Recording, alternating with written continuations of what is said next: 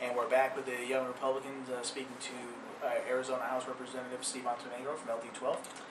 I wanted you to talk a little bit about things that you want the people to know, certain bills that you're working on.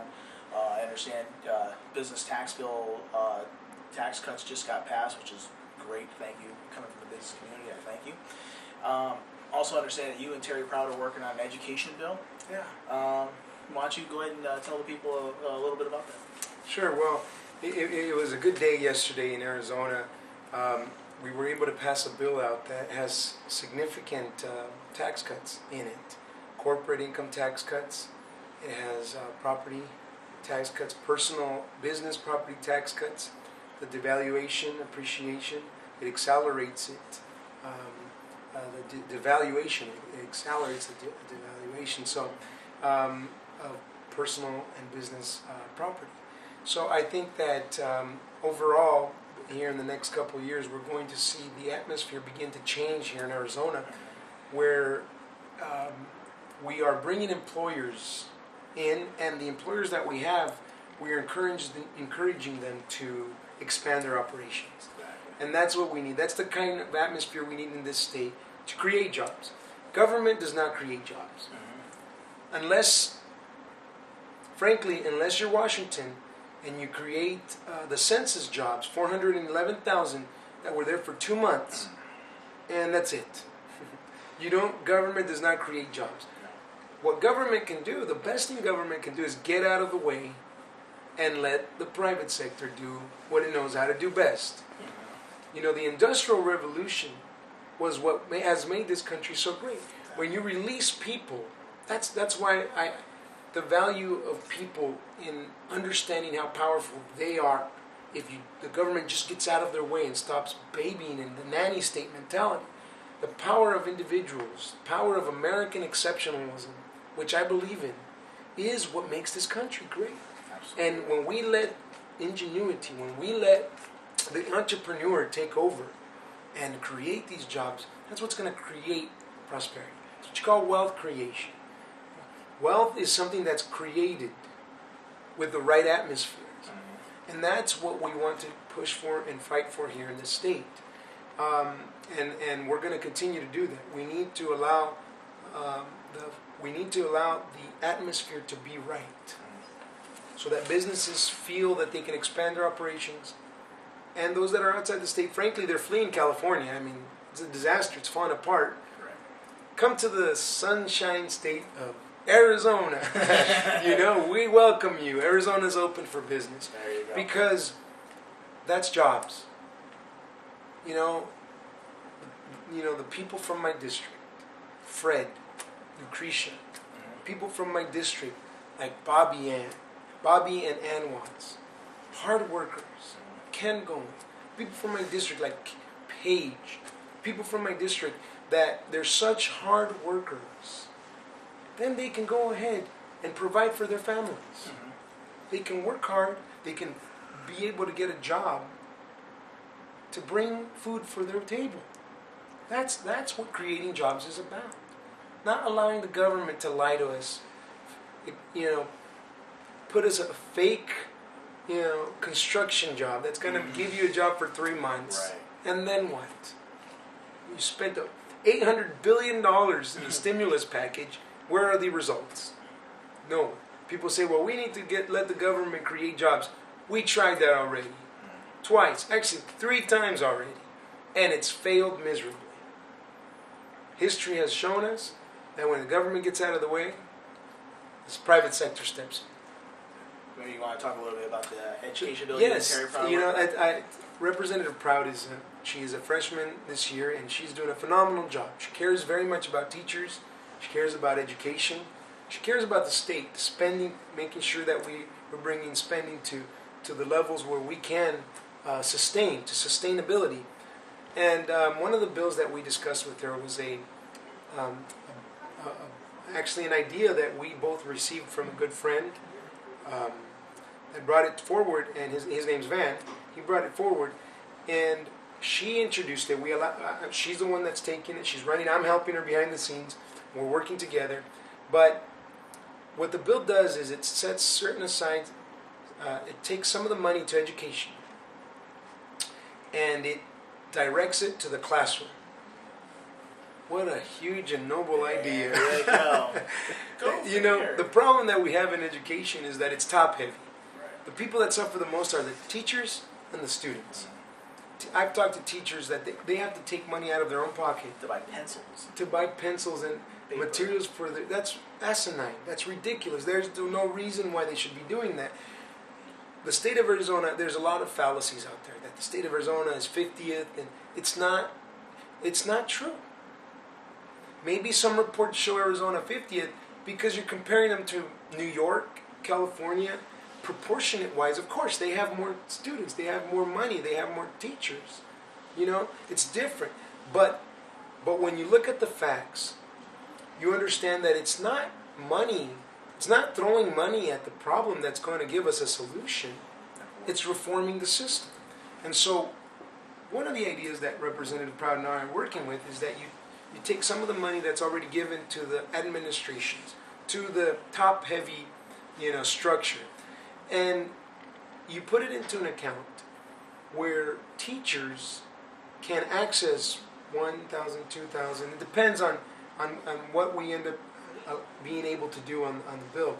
But they're allowed to access that directly from that fund. I think the teachers would be happy with $250 or $500. Right. Something that they could directly access to buy materials for the classroom. My wife, the most beautiful lady out there, she substitutes sometimes. She works from home. She works online, but she substitutes. She tells me it's silly and sad how she goes to these classrooms and they don't have textbooks. How do you explain 60% of Arizona's budget going to education, but yet there's no books in our classrooms? How do you explain that? How do you explain the president of a university earning $700 million a year, but a teacher having to pull out money from her pocket to buy pencils for her classroom? How do you explain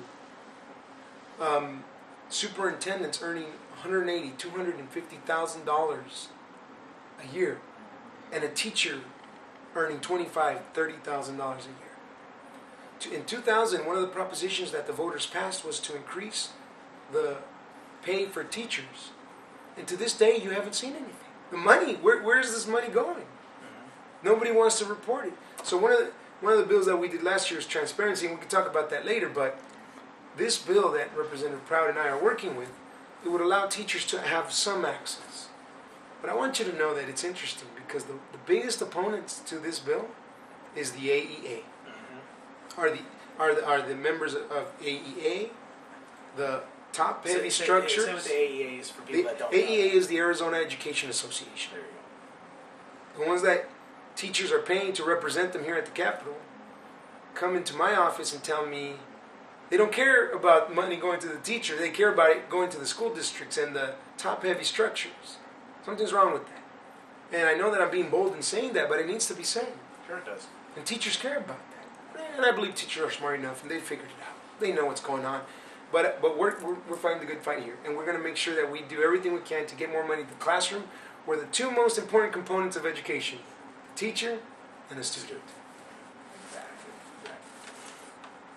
To close us out, maybe you can, talk to the young Hispanic, Latino community, why they need to follow your lead. I want you to, really break down that, the whole I'm a Democrat because, my families are Democrats, that whole nonsense deal. And, maybe if you want to expound, maybe even, tell them in Spanish if you want, just so that everything is so crystal clear why, in all actuality, the myth is over. You're not a Democrat just because your family's a Democrat. In all actuality, you're really a Republican. Well, I appreciate that. Let me start by saying first, the fact that someone can speak in Spanish doesn't automatically make them a pro-tax, open-border liberal, hopelessly addicted to big government spending. The fact that you're a Latino doesn't automatically make you someone pro-communism, pro-socialism, pro-big government. What we need to do is we need to tell people the truth. And just to mention something, you say, don't follow me. Don't follow my lead. Follow the facts. Follow the truth. You know what I mean? That's what I'm doing. Mm-hmm. I'm but human. We all make mistakes. But we're fighting the good fight. But if you follow the truth, if you follow the facts are that the big government is never... I mean, think of the post office. How efficient are they? Big government is never the answer. And Ronald Reagan said it. And different men have said it. Government is not the answer. Government is the problem. Exactly. And so, my thoughts to whether you're Latino, whether you're Asian, whether you're white, black, is understand that we are a people with values, social, fiscal, and policy as well. Constitutional values left to us by our forefathers. And, you know, the fact that the myth is out there that if you're Hispanic, you're automatically a liberal, study it carefully. And make sure you understand that they're trying to lie to you. Understand that they're trying to put information inside of you that's not true. Quizás hablamos español y quizás venimos de Latinoamérica, pero sabemos lo que es el comunismo, sabemos lo que es el gobierno expansioso o grande, sabemos lo que es un gobierno opresivo. The truth is, and let me repeat that in English, we're from Latin America, sure, but we know what communism is. We know what socialism is. We know what big government and oppressive government does. And so if we're able to follow those facts, we're going to continue to be a free people. A friend of mine yesterday told me, we're probably in the end days, or the end times of democracy. Sadly, that could be true. Rome lasted 250 years in its direct democracy. And the greatest experiment that the face of this world and history has ever seen is the American experiment of a republic, of a free republic, of democracy, of a representative democracy.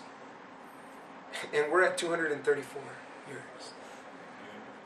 So Ronald Reagan said, freedom is freedom is but a generation away from extinction. So it's up to you. So those young Republicans, Hispanic, American, whatever you want to call it, we're American. It's our responsibility. It's your responsibility. Freedom is our generation away from extinction.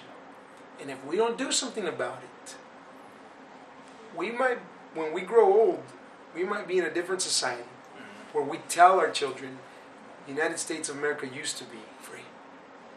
You used to be able to work hard and get ahead. Now the government tells you what you're going to do. We can't let that happen. You can't let that happen. So let's go out there. Let's stand for what our founding fathers left us. Absolutely, absolutely. And this is closing up the interview for Young Republicans. I'm Chris Flowers, and this is House Representative Steve Montenegro. Thank you so much for your time. Thanks, Chris. Really appreciate you, Thanks man. so much for breaking down the walls. Appreciate you guys. Keep doing what you're doing.